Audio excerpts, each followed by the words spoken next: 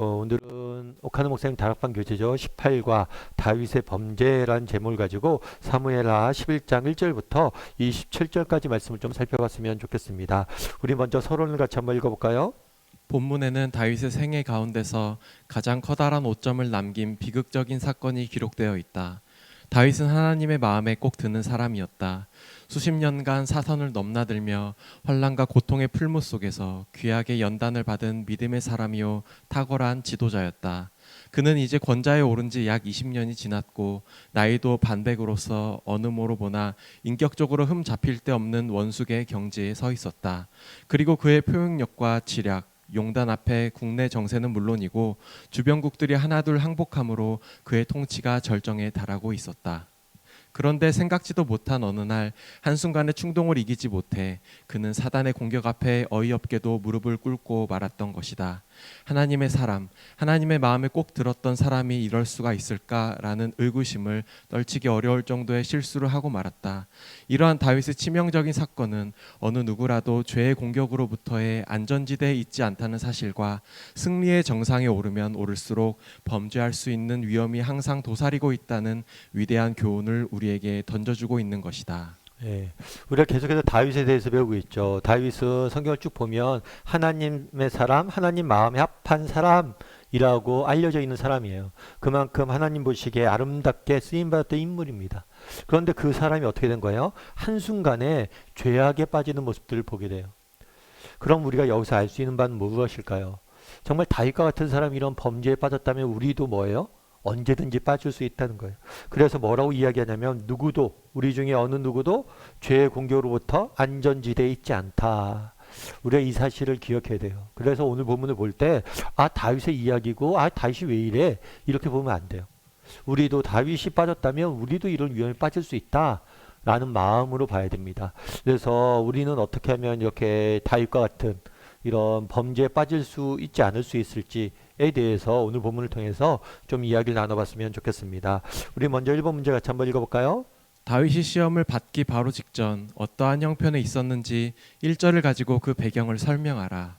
예, 1절에 이렇게 됐죠. 그 해가 돌아와. 이건 봄이 되었다는 이야기예요. 봄이 되어자 뭘 했다고 그랬어요? 왕들이 출전할 때가 되매라고 되어 있습니다. 그 당시에는 주로 전쟁을 언제 했냐면 봄에 했어요. 왜 봄에 했냐면 특별히 봄인데 농번기가 시작되기 전 봄에 했어요. 다르게 얘기하면 농사일이 바쁘지 않은 시기를 농사철이 아닌 시기를 골라서 전쟁을 했습니다. 뿐만 아니라 그 당시에 겨울에는 그럼 겨울이 더 좋지 않습니까? 그런데 겨울에는 비가 많이 왔어요. 비가 많이 오다 보니까 땅이 전쟁하기 좋지가 않아요. 군수품도 군량미도 날라야 되는데 땅이 너무 질퍽해서 전쟁하기 좋지가 않습니다. 그래서 겨울비가 그치고 나면 정말 농사철이 바빠지기 직전에 주로 이때 전쟁을 많이 했어요. 특별히 오늘 본문에 보면 뭐라고 표현됐어요? 왕들이 출전할 때라고 되어 있죠. 이 왕들이 출전할 때라고 표현한 이유는 뭐냐면 그 당시 전쟁할 때는 왕이나 혹은 왕자, 왕의 대리인이 이 전쟁을 이끌게 되어 있어요. 그렇게 되어 있기 때문에 왕들이 전쟁할 때 이렇게 이야기하고 있는 겁니다. 그 당시 이스라엘은 누구와 전쟁 중에 있었냐면 암몬과 전쟁 중에 있었어요. 암몬과 왜 전쟁 중에 있었냐면 암몬의 왕이 죽음을 당합니다. 그러자 이스라엘의 다윗이 조문객을 보내요. 그런데 이 조문객을 조문으로 환영하지 않고 뭘 했냐면 첩자다, 스파이다 생각하고 이들에게 모욕을 범하게 됩니다. 이 사건을 계기로 해서 암몬과 이스라엘이 전쟁을 시작해요. 그리고 이 전쟁이 1년 가까이 지속되고 있었습니다. 그런데 이상한 점은 뭐냐면 1절의 시작이 그거죠. 그 해가 돌아올 때 왕들이 출전할 때가 되매 이렇게 표현되어 있는데 1절의 마지막은 어떻게 되어 있어요? 다윗은 예루살렘에 그대로 있었더라. 왕들이 전쟁을 나갈 시기가 됐어요. 그런데 다윗은 뭘 했다고요? 전쟁에 나가지 않았다라고 성경은 말하고 있는 거죠. 그래서 전쟁터에 나가지 않은 다윗의 모습을 보게 되는 거죠. 그럼 이 예루살렘에 남아있는 다윗에게 어떤 일이 있었는지 우리 이번 문제를 통해서 한번 살펴볼까요? 흔히 생각하기를 다윗이 죄를 범한 직접적인 원인은 그가 저녁 일찍부터 침상에서 뒹굴며 잠을 잤기 때문이라고 한다. 다시 말해서 기도를 게을리했다는 것이다. 당신은 이 견해에 동의할 수 있는지 유대 지방의 기후와 낮잠을 즐기는 당시의 관습을 참고하면서 말하라. 예. 2절에 보면 이렇게 돼 있어요. 저녁 때 다윗이 침상에서 일어나 왕궁 옥상에서 거닐다가 그곳에서 보니 한 여인이 목욕을 하는데 심히 아름다워 보이는지라. 결국에 이제 왕궁에 남아서 뭘 했다고 되어 있냐면 저녁 때 다윗이 일어났다라고 이야기를 해요. 그러면 뭐 하루 종일 잔 거냐? 그건 아마 아닐 거예요. 그 당시에 이스라엘 지역은 낮 시간이 굉장히 덥습니다. 그래서 한낮에는 일을 하지 못해요. 그래서 한낮에는 주로 쉼을 하거나 때로는 잠을 자는 경우도 있었어요. 그래서 어떻게 보면 다윗의 모습이 그 당시 풍습이 그러니까 그랬나 보다라고 생각할 수 있죠. 하지만 한낮에 대낮에 잠깐 그렇게 쉼을 취하는 거지 오전이나 오후 시간 전부를 잠을 자거나 그러진 않아요. 그런데 오늘 보면 뭐라고 되어 있어요? 다윗이 저녁 때 뭘 했다고요? 침상에서 일어났다라고 이야기를 한 거죠. 지금 우리가 배경을 보면 이렇게 알 수가 있습니다. 배경이 지금 이스라엘이 전쟁 중에 있었어요. 그런데 다윗은 뭘 하고 있어요? 왕궁에 있는 거예요. 왕궁에 있는 것뿐만 아니라 정말 낮잠을 하루 종일 자는 거예요. 이건 대조가 되는 거예요. 뭐와 대조가 돼요? 지금 전쟁 중에 있잖아요. 이스라엘 백성들이 정말 군인들이 정말 목숨을 걸고 싸우고 있잖아요. 그런데 정말 왕은 뭐 하는 거예요? 한가하게 낮잠을 자고 있는 거예요. 이것 자체가 문제라는 거예요. 그래서 이 잠을 자고 있었다 이 표현이 성경에 드러나 있는 이유는 뭐냐면 그만큼 다윗이 영적으로 또 육적으로 또 정서적으로 게으름에 빠졌다는 거예요. 정말 전쟁 중에 있는데 왕이 전쟁을 이끌어야 되는데 전쟁을 이끌지도 않고 평안하게 한가롭게 낮잠을 자고 있는 거예요. 그게 문제라는 거예요. 3번 문제 같이 한번 읽어볼까요? 다윗이 무엇에 눈이 흘렸으며 유혹을 받자마자 어떻게 하였는가? 예. 잠에서 저녁 때 침상에서 일어났어요. 일어났는데 왕궁 옥상에 올라갑니다. 그런데 거기서 거닐다 보니까 뭘 봤어요? 한 여인이 목욕을 하는 걸 봤어요. 그런데 그게 뭐였다고요? 심히 아름다웠다라고 이야기하죠. 제일 처음에 다윗이 한 게 뭐냐면 보았어요. 보았는데 한 여인이 목욕을 하고 있는 거예요. 물론 이것이 뭐 우연히 일어난 일일 수도 있겠죠. 그리고 어쩌면 뭐 성경은 말하고 지고 있지 않지만 밧세바가 다윗을 유혹하기 위해서 이랬다. 뭐 이렇게 악의적으로 밧세바에 대해 잘못 볼 수도 있겠죠. 근데 아무튼 우연히 봤건 밧세바가 그렇게 의도를 했건 이렇게 볼 수는 있어요. 근데 보는 것에 끝나지 않았죠. 뭐라고 그랬어요? 사람을 보내어 그를 알아보게 했어요. 사람을 보내서 두 번째는 뭘 했냐면 알아보게 했어요. 우연히 그것들을 봤어요. 우연히 잘못을 봤어요. 그러면 지나가면 되잖아요. 잊어버리면 되잖아요. 피하면 되잖아요. 근데 피하지 않고 뭐예요? 더 깊숙이 들어가는 거예요. 그 여인이 어떤 사람인지 알아보라고 한 거예요. 그랬더니 뭐라고 하냐면 그가 엘리암의 딸이요 햇사람 우리아의 아내였다라고 되어 있어요. 엘리암의 딸이요. 엘리암은 밧세바의 아버지인데 다윗의 용사 중에 한 명으로 알려져 있는 사람이에요. 그래서 다윗의 왕국을 세우기 위해서 다윗 헌신했던 정말 다윗을 위해서 목숨을 내놓을 만큼 헌신했던 용사들이 나와요. 그들 중에 한 명이 엘리압이었어요. 엘리암이었어요. 뿐만 아니라 우리아도 마찬가지죠. 우리아도 이후에 보면 굉장히 충성된 다윗의 용사였음을 알 수 있습니다. 특별히 햇사람이라고 되어 있잖아요. 햇사람이라는 걸 봐서는 아마 우리아는 이방인이었던 것 같아요. 이방인이었는데 그리스도인 이스라엘 사람을 개종을 해서 정말 충성되이 살았던 그런 뭐 이방 계열의 사람이었던 것 같아요. 그래도 다윗의 용사로서 헌신을 했죠. 그런데 그 아내 밧세바임을 알게 됐어요. 그래서 그럴 수가 있어요. 내가 여인을 봤어요. 여인을 봤는데 아름다운 여인이에요. 그래갖고 저 여인이 처녀인지 아닌지 궁금해질 수 있죠. 처녀였으면 뭐 후궁으로 드리든가 그렇게 하려고. 그런데 알고 보니까 뭐가 된 거예요? 남편이 있는 부인이었어요. 그런데 그 다음에 뭘 했어요? 사람을 보내어 데려오게 했어요. 부인이 있는데 데려오게 했어요. 그런 다음에 뭘 했어요? 네 번째로는 동침을 했어요. 그래서 오늘 본문에서 이렇게 알 수 있는 게 뭐냐면 다윗이 그날에 밧세바와 이렇게 동침을 했는데 이게 우연히 일어난 일이 아니란 거예요. 우연히 실수로 일어난 일이 아니. 단계별로 자신이 멈출 수 있음에도 불구하고 멈추지 않고 일어난 것들을 우리가 알 수가 있다는 거. 4번 문제 같이 한번 읽어볼까요? 다윗이 범죄에 떨어지는 경로를 네 단계로 설명하고 그 죄가 얼마나 심각한가를 토의해 보라. 이는 하와의 범죄와 어떤 유사점이 있는가? 당신에게도 이와 비슷한 경험이 있다면 나누어 보라. 아까 얘기했지만 네 단계로 되어 있죠. 보았어요. 봄, 보았음. 그 다음에 알아봄, 알아봤죠. 그 다음에 데려왔어요. 그리고 동침했잖아요. 그러니까 단계별로 이렇게 이루어졌다는 거예요. 네 단계로. 그런데 이게 하와의 범죄와 유사하다는 거예요. 하와 창세기 3장 1절부터 6절을 보면 이렇게 됐어요. 그래서 뱀은 여기서 사단이죠. 여호와 하나님이 지으신 들짐승 중에 가장 뭐예요?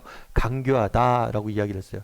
그래서 뱀이 처음에 뭐라고 물었냐면 하나님이 참으로 너희 모두에게 동산 모든 나무 열매를 먹지 말라 하시더냐.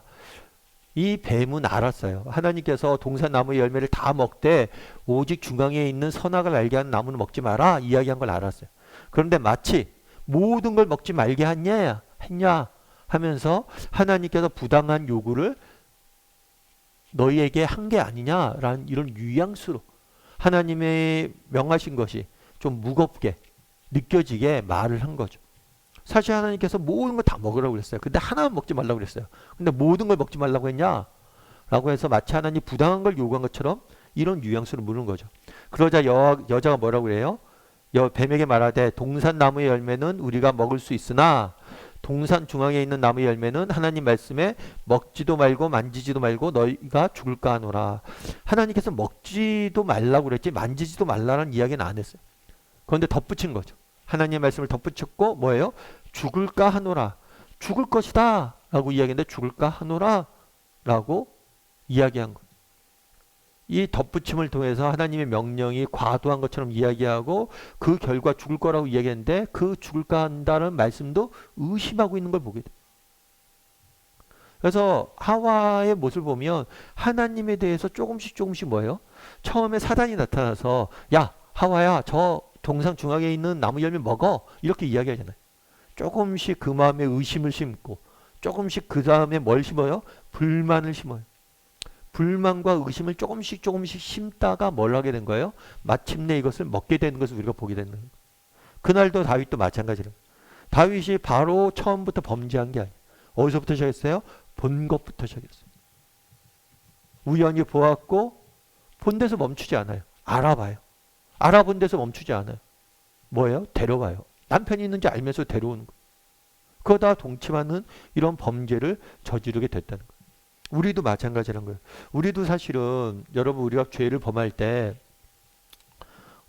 한 번에 한순간에 죄를 범하지 않아요. 조금씩 유혹받다가 뭐예요? 결국엔 죄를 범하는 거예요. 그래서 우리 안에 불만과 의심이 쌓이거나 욕망이 쌓이거나 무엇인가 계속 쌓이다가 결국엔 뭘 하는 거예요? 범죄를 저지른다는 거예요.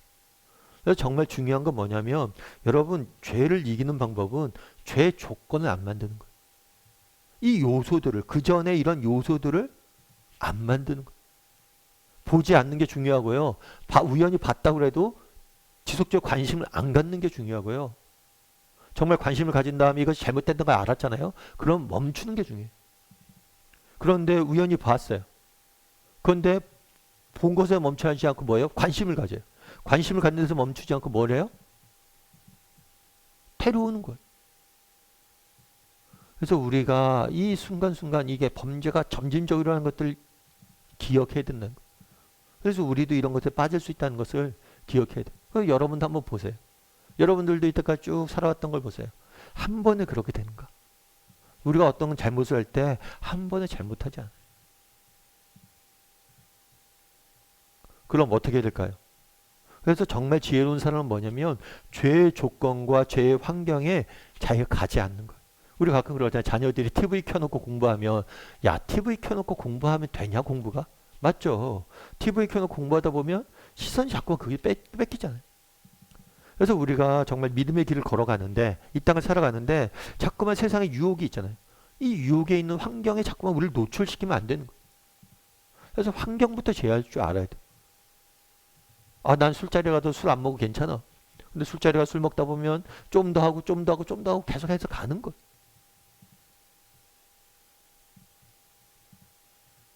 그래서 여러분들이 이제는 조금 그런 것들 환경부터 좀 제어할 수 있어야 되겠죠.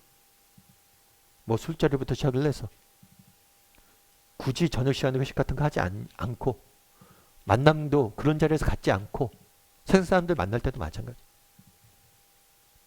5번 문제 같이 한번 읽어볼까요? 우리는 그가 유혹을 받자마자 너무 빨리 죄 속으로 빨려 들어간 사실에 놀라지 않을 수 없다. 양심의 눈은 가리웠고 귀는 이미 꽉 막혀 있는 것처럼 보인다.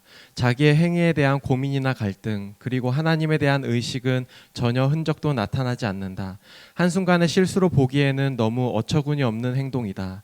어딘지 모르게 오래전부터 그를 쉽게 쓰러뜨릴 수 있는 올가미가 마음속에 숨겨져 있지 않나 하는 생각을 뿌리칠 수 없다. 그 올가미가 무엇이었을까? 그러니까 이게 성경이 좀 이해가 안 되는 거예요. 다윗을 보면 다윗이 정말 그동안 하나님 앞에서 신실한 모습으로 사는 모습을 보잖아요. 그리고 왕으로도 정말 잘 나라를 다스리는 모습을 보게 되잖아요. 그런데 한순간 이렇게 꼬꾸라진 거예요. 그럼 왜 이렇게 한순간 꼬꾸라졌냐? 이게 그런데 단순히 한순간에 일어난 일이 아니란 거예요. 어딘지 모르게 오래전부터 그를 쉽게 무너뜨릴 수 있는 올가미가 마음속에 숨어 있진 않았나 생각을 뿌리칠 수 없다. 예를 들면 그런 거예요. 신명기서 17장 17절에 보면 이렇게 됐어요. 그에게 왕 아내를 많이 두어 그의 마음이 미혹되지 않게 할 것이며 자기를 위하여 은금을 많이 쌓지 말 것이니라. 나중에 이게 신명기는 모세가 쓴 거잖아요. 모세가 약속의 땅에 들어가면 너희가 혹시 왕을 세우게 될 경우가 있다. 그랬을 때 뭘 하라고 그러냐면 그 왕은 아내를 많이 두지 말고 재물을 많이 두지 말 것이다 라고 뭘 했어요? 권했어요. 그런데 이렇게 권면한 거예요. 왜요? 이렇게 왕을 아내를 많이 두고 은금을 많이 두다 보면 세상의 왕처럼 그렇게 너희들 위에 군림하고 정말 하나님을 떠날 수 있기 때문에 하나님을 떠나 범죄할 수 있기 때문에 이렇게 하지 말라고 이야기한 거예요. 그런데 사무엘하 5장 13절에 14절 보면 이렇게 되어 있어요. 다윗이 헤브론을 올라가 예루살렘의 첩들을 더 두었으므로 이방 왕과 똑같이 뭐예요? 많은 아내를 두기 시작한 거예요. 어쩌면 이것이 다윗의 약점이었을지 몰라요. 성경이 자세히 드러내진 않았지만 그 전부터 계속 되어져 있었던 어떤 이방 왕처럼 정말 여인들을 많이 가까이 두고 사실 하나님께서 만드신 제도는 뭐냐면 일부 일처제. 그래서 다윗이 일부 다처제를 했거든요. 이거는 굉장히 성경에 어긋난 일이었던 것 같아요. 이런 위험 요소들이 결국엔 뭘 낳은 거예요? 밧세바와 이렇게 동침한 이런 범죄까지 낳게 된 거죠. 그래서 성경이 말하는 건 뭐냐면 한순간에 일어난 것 같지만 그렇지 않다는 거예요. 그 전부터 다윗의 마음엔 세상의 왕처럼 정말 아내를 두고 재물 쌓고 이런 마음들이 이미 들어와 있었다는 거예요. 잠언에서 뭐라고 했어요? 이방 여인들에 대해서 경고를 하며 악한 여인들에 대해서 경고를 하며 이렇게 얘기해요. 내 마음에 그의 아름다움을 탐하지 말고 여인의 아름다움에 빠져 있지 말라는 거예요. 그런 것들에 현혹되지 말라는 거예요. 그런데 이미 다윗은 그런 여인의 아름다움이나 이런 것들에 대해서 이미 현혹된 거예요. 이미 자기가 뭐 아까 얘기했죠. 여인 있으면 알아봤다고 그러잖아요.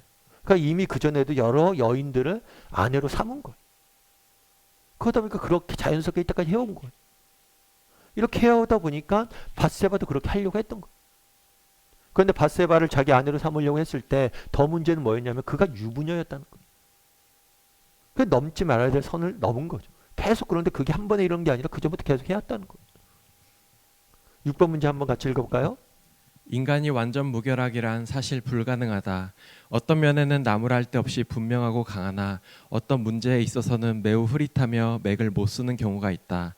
다윗은 안목의 정욕에 약한 사람이었던 것 같다. 당신은 어떤 점에서 늘 약하다고 생각하는가? 그리고 그것으로 인해 어떤 시험을 가끔 당하고 있는가? 그러니까 뭐냐면 우리가 완전 무결하기는 어렵다는 거예요. 사실 다윗이 그러면 우리 생각에 여러분 다윗이 바세바의 범죄를 했어요. 아주 나쁜 짓을 했죠. 그런데 정말 다윗이 완전히 악덩어리입니까? 아니에요. 다윗이 악덩어리가 아니에요.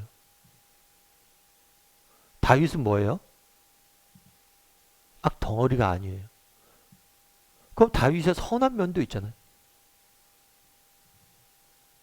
그런데 다윗이 유독 약한 면이 있었다는 거예요.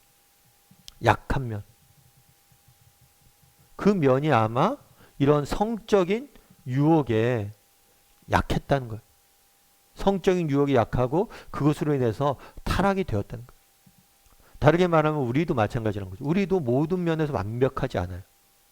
그렇기 때문에 우리 안에 뭐가 있을 수 있어요? 약한 면이 있을 수 있다는 거예요. 그래서 궁극적으로 우리가 죄와 싸울 때 제일 처음 해야 될 것은 뭐냐면 피하는 거예요.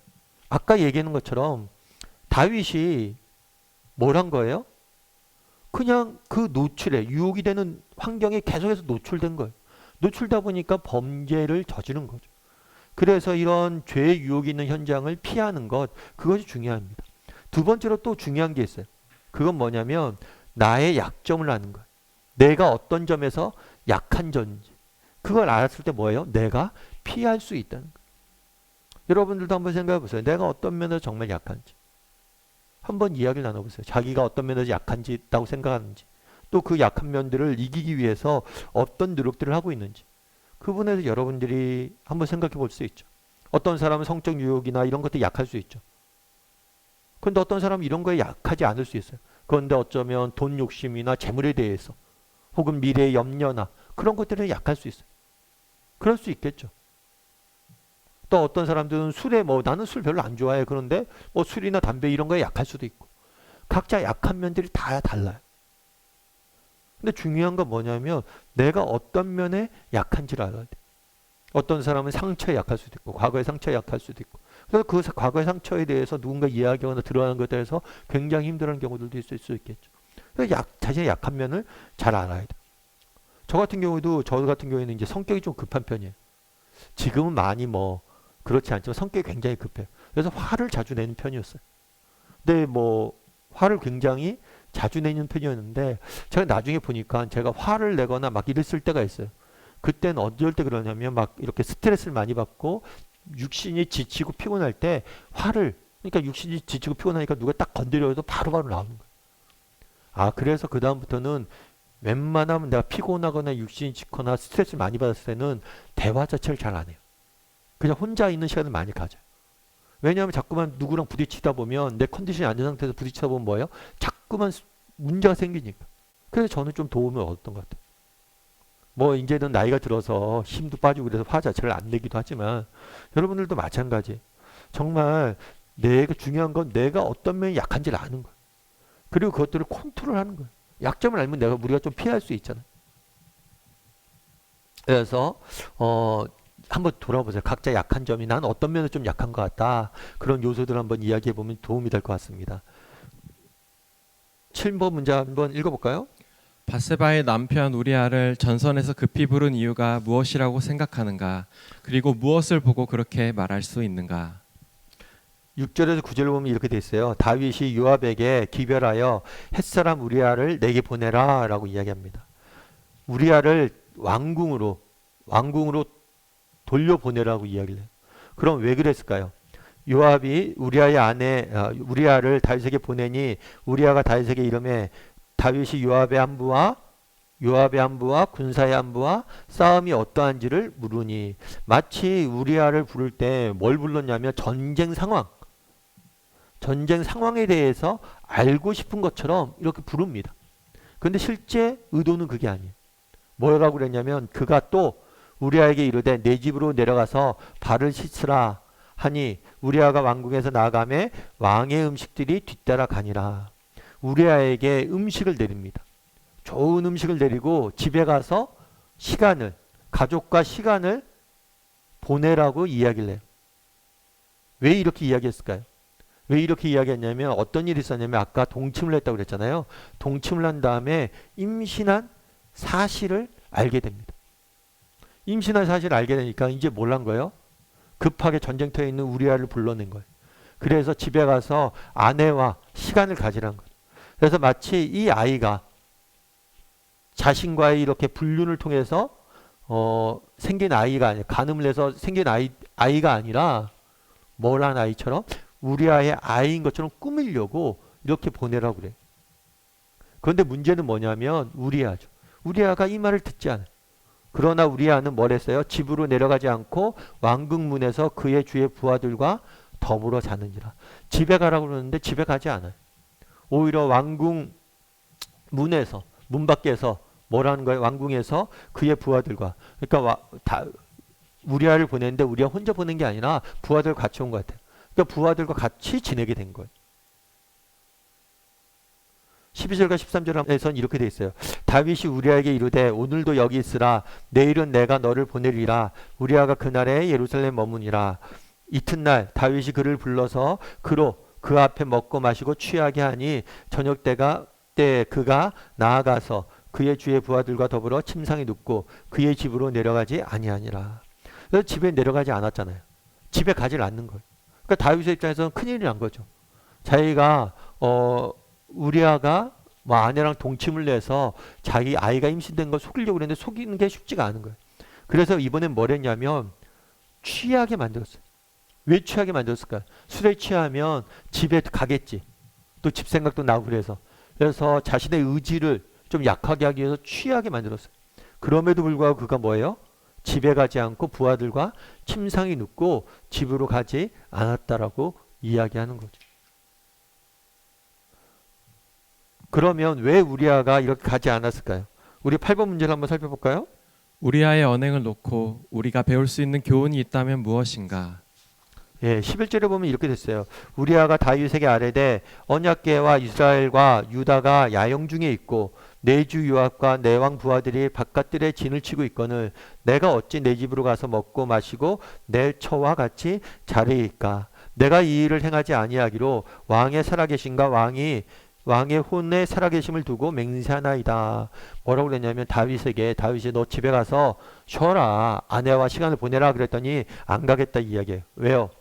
언약궤와 이스라엘과 유다가 야영 중에 있고 지금 전쟁 중에 있잖아요. 지금 이 나라가 전쟁 중에 있는데 나 군인인데 전쟁터에서 있다 왔는데 나 혼자 이렇게 평안한 시간을 즐거운 시간을 가질 수 없다. 나는 정말 혼자 전쟁에 있는데 나 혼자 이렇게 쉴 수 없다. 그래서 군사들과 함께 밖에서 잔 거예요. 집에 안 가겠다 이렇게 이야기한 거죠. 이거는 1절에 나와 있는 다윗의 모습과 완전히 대조가 되고 있는 거예요. 다윗은 어땠다고 그랬어요? 전쟁 중에 있어요. 그런데 왕궁에서 뭐예요? 낮잠 자고 있어요. 그런데 전쟁 중에 있는데 왕이 낮잠이나 자도 되겠습니까? 그런데 뭐라는 거예요? 우리아는 전쟁 중에 있기 때문에 나는 이곳에서도 뭐예요? 같이 집에서 자지 않고 병사들과 같이 자겠다. 참 다윗의 모습과 대조가 되면서 우리아의 이러한 충성심, 다윗과 또 나라와 또 그 군사들과 함께하는 사람들과의 충성심을 우리는 볼 수가 있는 거죠. 9번 문제 같이 한번 읽어볼까요? 다윗의 자기 은폐를 위한 얄팍한 시도가 우리아의 충정 앞에 실패로 돌아가자 그가 마지막으로 꾸민 음모는 무엇이었는가? 그리고 철저하게 파괴되어 버린 그의 인간성에서 당신은 무엇을 느끼는가? 14절에서 15절 보면 이렇게 됐어요. 아침에 다윗이 편지를 써서 우리아의 손에 돌려 요압에게 보내니 편지를 하나 썼어요. 그리고 요압에게 이것들을 전달하라고 그랬어요. 그런데 편지 내용이 뭐예요? 그 편지에 써서 이르니 너희가 우리아를 맹렬한 싸움에 앞세워 두고 너희는 뒤로 물러나서 그가 죽음을 맞이하게 하라. 요압에게 뭐라고 배웠느냐면 우리아를 죽이라는 거예요. 그런데 뭘로 죽여요? 전쟁 중에 일어난 불상사로 가장을 내서 위장을 내서 죽이라는 거예요. 참 해서는 안 될 일을 하는 거죠. 지금 어떻게 된 거예요? 자기가 간음을 냈어요. 그러자 이걸로 인해서 임신을 했어요. 이것들을 뭐예요? 숨기기 위해 뭘 하는 거예요? 우리아를 죽이는 거예요. 숨기기 위해서 우리아를 불러서 침상에 들게 했더니 우리아가 거절하자 마침내 우리아를 죽이는 거예요. 참 점점 뭐예요? 죄가 죄를 낳고 죄가 죄를 덮기 위해서 더 큰 죄를 낳고 이런 모습들을 보게 되는 거죠. 이래서 죄가 무서운 거예요. 제일 처음에 뭐로부터 시작했어요? 보는 것으로부터 시작했어요. 아주 작은 걸로부터 시작했는데 죄가 죄를 낳고 죄가 죄를 낳고 죄가 죄를 낳는 모습들을 보게 되는 거죠. 그렇지 않아요? 거짓말도 한 번 하기 시작하면 뭐예요? 거짓말을 덮으니까 또 거짓말을 되고 거짓말을 덮으니까 또 거짓말을 해야 되고 거짓말을 덮으니까 거짓말이 되고 한도 끝도 없이 거짓말이 늘어나는 거예요. 이 모든 게 마찬가지예요. 죄는 이렇게 꼬리를 물게 돼 있습니다. 그래서 사단이 처음부터 우리에게 뭐 큰 죄를 처음부터 다윗에게 살인을 해라 이렇게 이야기하지 않아요. 보는 것부터 시작해서 한 걸음 한 걸음 한 걸음 한 걸음 빠져나가다 보니까 어느새 여기 와 있는 거예요. 어느새 여기 와 있고 뭐예요? 브레이크가 없는 거예요.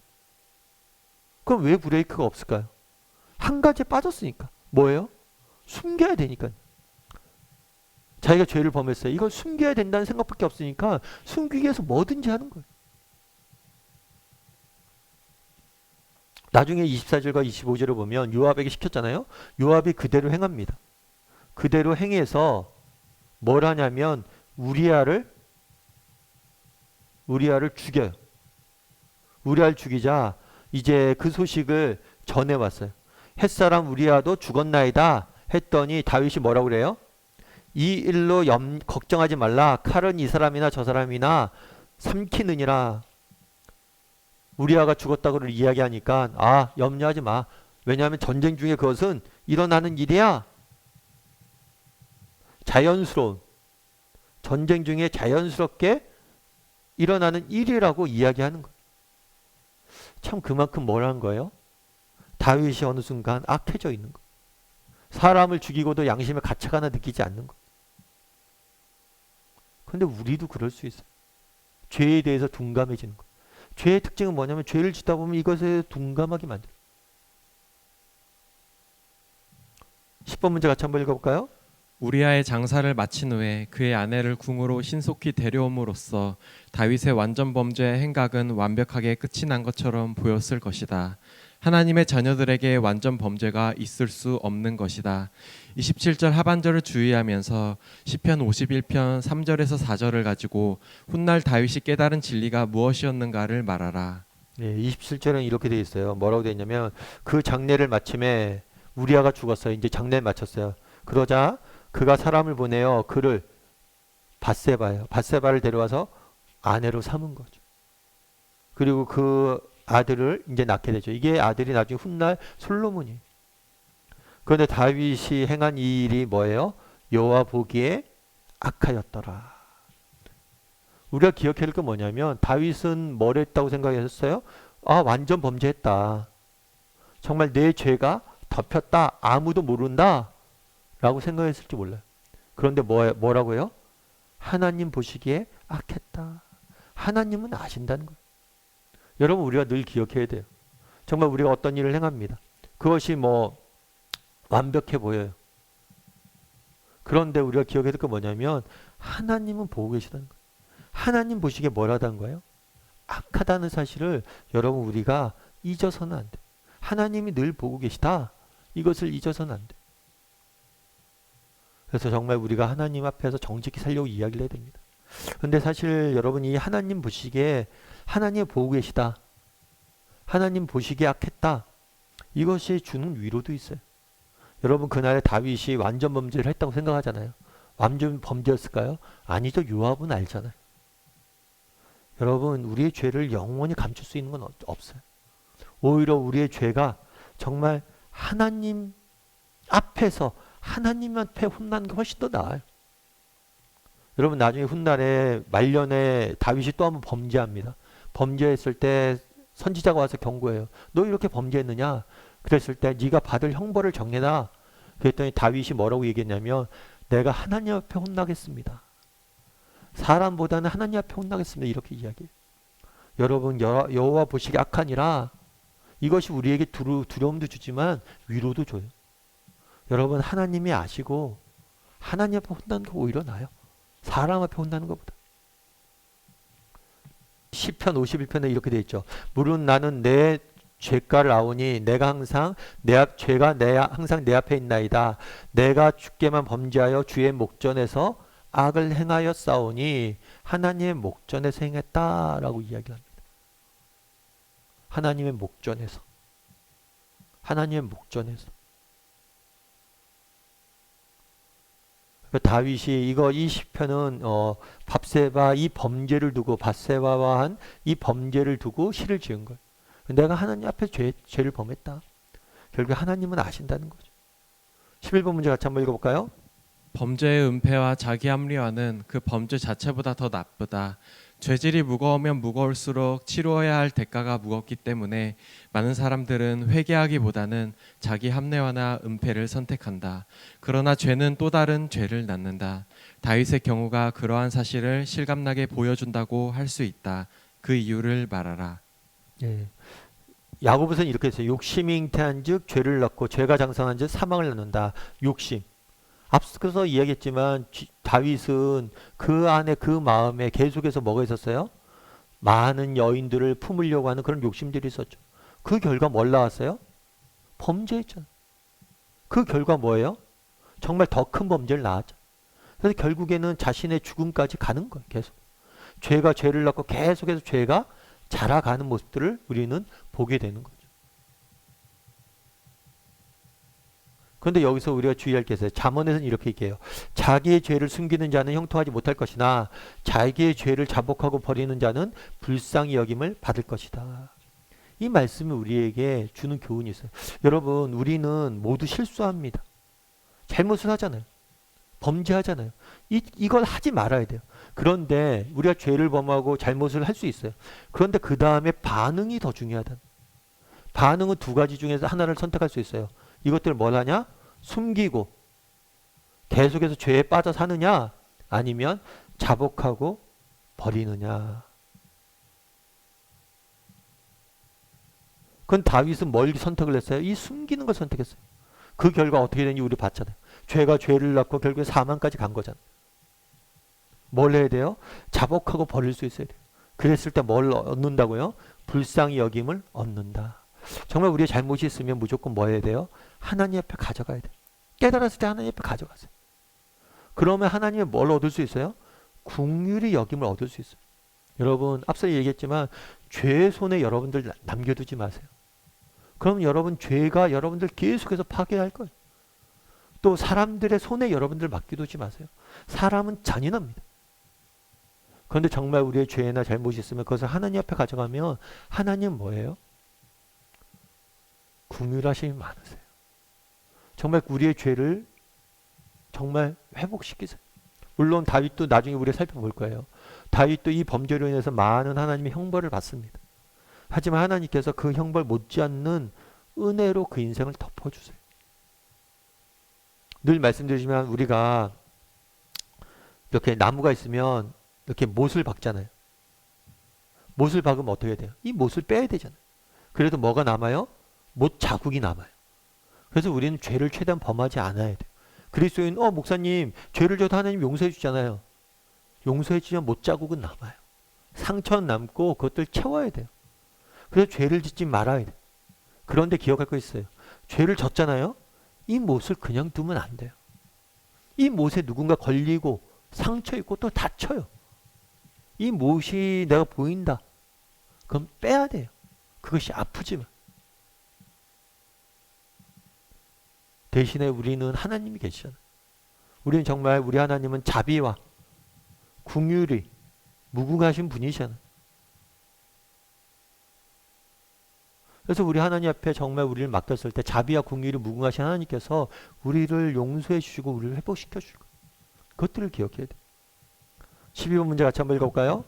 다윗이 빠진 범죄의 수렁을 시종일관 지켜보면서 당신이 특별히 깨닫고 느낀 사실이 무엇인지 말하라. 네, 오늘 쭉 배우면서 여러분도 한번 느끼고 깨달은 이야기를 좀 나눠봤으면 좋겠어요.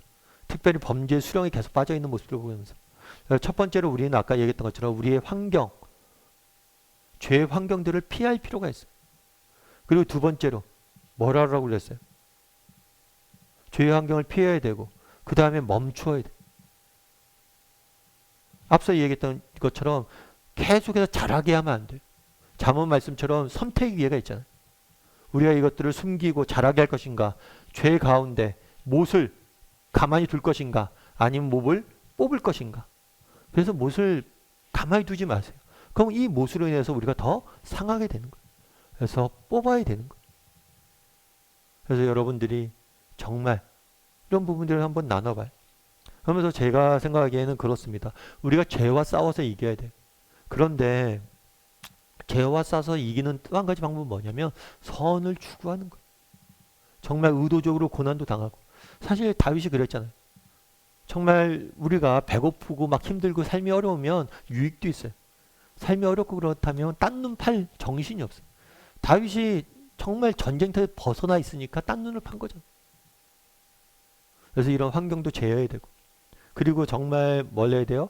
악에 빠지지 않기 위해서는 죄와 싸우겠다 생각하지 말고 선을 계속해서 추구해야 돼. 그래서 우리가 이렇게 수요 모임도 하고 다락방도 하는 거예요.